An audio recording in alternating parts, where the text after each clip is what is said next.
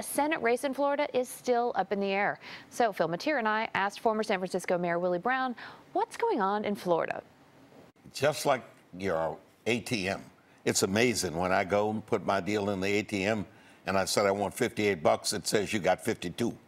Well, it seems to me, and they do it instantly. Why can't we do elections the same way? Well, you know, I think we need to do just a GoFundMe for Broward County, because it always seems to come back to these poor people. They cannot get it together. It's really, really frustrating. And now they're doing a hand count. We still don't know what the election results are. We have some problems in California, but at least we're not Florida. I think that, frankly, Florida is really confused. You go back to 2000 when Gore allegedly lost. The count now clearly shows that Gore won by 2,000 votes, although he ended up losing the presidency as a result of what occurred in Florida. So we can't keep having that happen when votes are given and ballots are counted. And it's so close. Right, but given the nature of close, and given the nature that voting is a human endeavor. I mean, humans do it, humans count it. And anybody that's been around a recorder's office during a tight time, you have questions about the ballot, legitimate questions, because half the people filling them out don't know what they're doing. There's no question about that, but I'm telling you, stick with my concept. That machine that said I didn't have but 52 bucks was correct.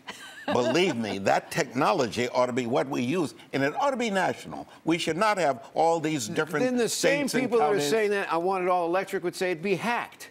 And then we'd have screamers saying you hacked the election. But just like you have a receipt from your ATM, you would get a paper, you get a paper printout, and that way you could use it to audit. And that's the problem in Georgia, is that a lot of these voting machines there don't have a paper printout, and they're very hackable. Not only that, Phil, if you had to do your print, you had to do your thumbprint, or you had to do facial before you could vote. Perfect. And anybody who shows up and does that, I can see the lawsuit saying it's discriminatory and it's out for voter suppression.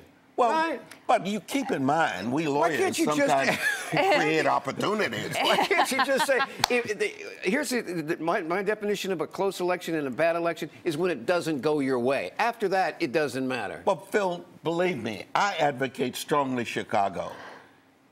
Polls close at 8 o'clock. At 8:01, they announce the results, and then they count.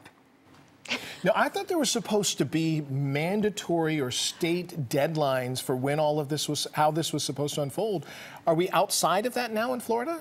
In Florida, I believe that a judge actually granted extra time for some of these recounts because there were some problems. So they say, we're not going to just ignore certain votes. We're going to make sure you at least get certain time. And I want to point out, now that we've got all the votes in, now Orange County is completely represented by Democratic members of Congress. Well, it will be in January.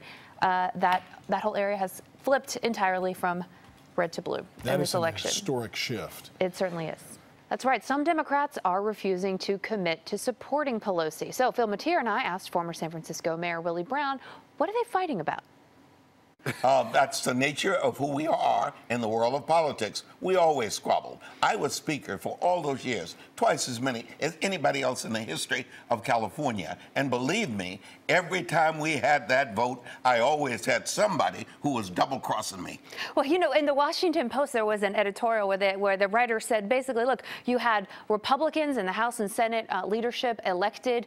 You've already had Chuck Schumer reelected leadership in the Senate. For Democrats, the one person who engineered a huge takeover for her party in one of the houses is the one whose leadership is now being questioned and who's getting a challenge by her own members. So, Mayor Brown, what kind of opening statement is that as far as the Democrats having it together? That's standard. Believe me, I suffered through that year in and year out. I even had 5 of my best friends create something called the Gang of 5. And all they said to me was, you've had it too long already. You're too old. Get the hell out of here. And what I do? I sent every one of them home. Yeah, but for that, you changed the locks on their doors. You gave them lousy offices. I took their keys. I did everything. I took their staff. I literally wiped them out. Okay, but Nancy Pelosi can't do that because she is, quote unquote, inclusive, right?